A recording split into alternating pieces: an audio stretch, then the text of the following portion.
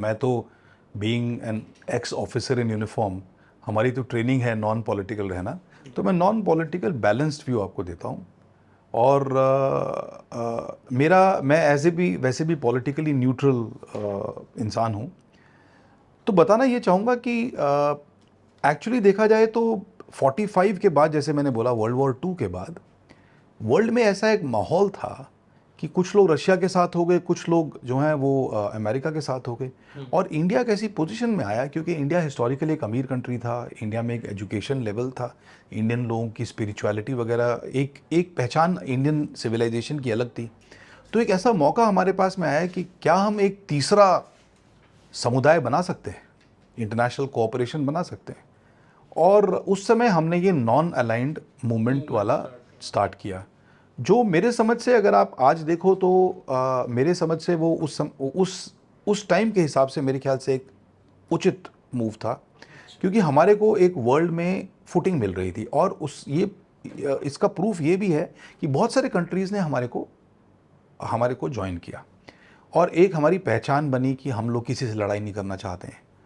लेकिन इसमें प्रॉब्लम ये थी कि ये एक बड़ा आइडियल वर्ल्ड का सिचुएशन है कि भाई राम राज्य यूटोपियन कॉन्सेप्ट है, और ऐसा होता नहीं है।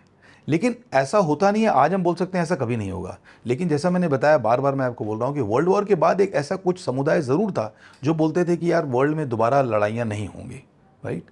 तो ये नॉन अलाइंड मूवमेंट का इन सब रीजंस की वजह से डिसीजन लिया गया। जैसा मैंने बोला कि गवर्नमेंट ने डिसाइड किया कि हम अपने जितने भी थोड़े बहुत मीगर रिसोर्सेज हैं, बिकॉज आपको पता है कि जब ईस्ट इंडिया कंपनी ने जब पूरा हिंदुस्तान में लगभग सब कुछ संभाल लिया था, तब इंडिया का जीडीपी जो है पूरे वर्ल्ड का 24% था। और 1947 में जब ब्रिटिश क्राउन ने इंडिया को इंडिपेंडेंट किया, तब हमारा 2% ही बचा था जीडीपी। तो what I'm trying to say is that it was an extremely poor country। मैं आपको एक और बात बताना चाहूँगा, चाइना ने जब अपनी आर्मी को मॉडर्नाइज किया, हम केवल वो मॉडर्नाइज का पार्ट देख रहे हैं, बट हम उसका कॉस्ट नहीं देख रहे हैं। Millions of people died because of poverty, because India and China were almost at similar economic position. Today the economic position of China is far ahead of us, but in 47, 48, 49 the situation was almost similar. They took a conscious decision of modernizing the military because they always had this expansion वाले expansionist attitude which they still have, but they were not really bothered that much, and they were prepared to pay the cost. millions of people in Millions people died, right? But in India we were thinking that let us first make our people educated, let us make them prosperous, green revolution हो, ये सब हो। तो इस वजह से हुआ एक दो एक तरह से स्ट्रैटेजिक शॉर्टकमिंग बोल सकते हैं, या स्ट्रैटेजिक डिसइल्यूजनमेंट बोल सकते हैं। वो ये किया कि नेहरू जी ने कृष्णा मेनन को रक्षा मंत्री बना दिया। और कृष्णा मेनन जो है वो एक लॉयर थे, जो अनमैरिड थे और जो इंग्लैंड में रहते थे सारा टाइम, और वो एक बहुत ही एंग्लिसाइज्ड किस्म के इंसान थे, पढ़े लिखे, बहुत अच्छा लेक्चर देते थे चाइना को। लेकिन नेहरू जी खुद उन पे ट्रस्ट नहीं करते थे, उनका लेफ्टिस्ट काइंड ऑफ हाँ, वो एक अलग रीज़न है, उस पर मैं आऊँगा। तो जब इंडिपेंडेंस के बाद जब नेहरू जी को अच्छे अच्छे लोग पूरी दुनिया से अपने कंट्री को बनाने के लिए बुलाने थे, तो उन्होंने कृष्णा मेनन को बुलाया कि तुम आके यहाँ पे डिफेंस मिनिस्टर का पोर्टफोलियो संभालो। एक तरह से देखा जाए तो ठीक डिसीजन है, एक बहुत पढ़े लिखे आप बुद्धिमान आदमी को बुला रहे हैं, बट एक तरह से देखा जाए तो ठीक नहीं भी है, बिकॉज उनका इसमें नया एक्सपीरियंस है। मोर देन एक्सपीरियंस, उनका इंटरेस्ट भी नहीं है, और उनका एक लेफ्टिस्ट स्लैंट उनके माइंड में है।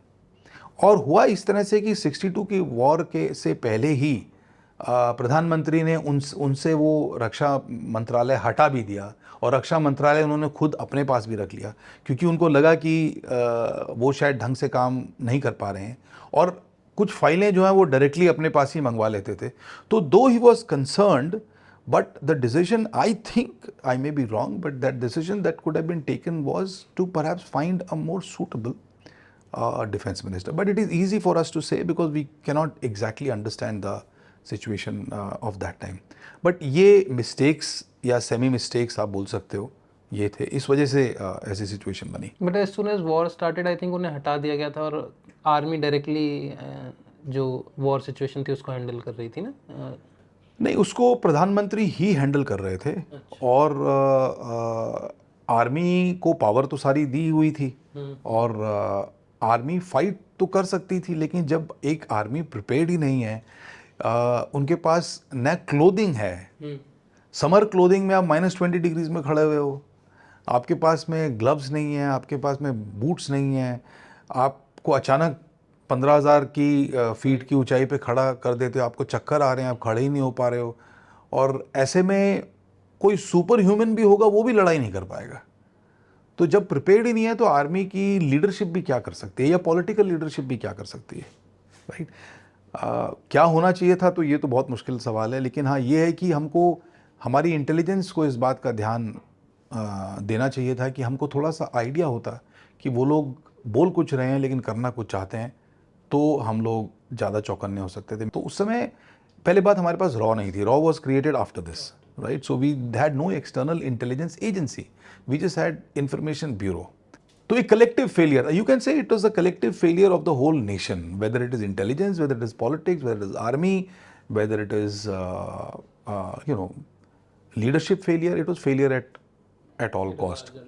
But we must also understand, and I must speak here, that had 62 not happened, we would not have won 65 and 71 wars, and Kashmir would not have been with us.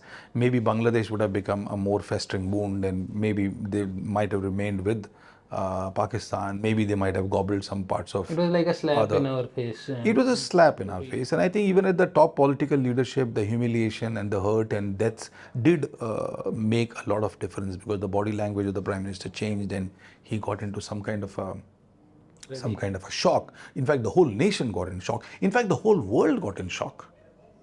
This was not just shock for India, because the Chinese intention and the Maoist intention was absolutely caught everybody in the whole globe unawares, right? But 62 के बाद ये ज़रूर हुआ कि हमने external intelligence agency बनाई, हमने बहुत सारा पैसा अपने डिफेंस के लिए एलोकेट किया, हमने यूनिफॉर्म्स नए बनाए, हमने कमीशन एकेडमीज़ नई बनाई, नए भर्ती के सिस्टम्स बनाए, और हमने अपनी आर्मी को बहुत फुल स्केल पे हमने मॉडर्नाइज करना शुरू किया, और उसकी वजह से हम 65 और 71 की वॉर बहुत डिसाइसिवली जीत पाए।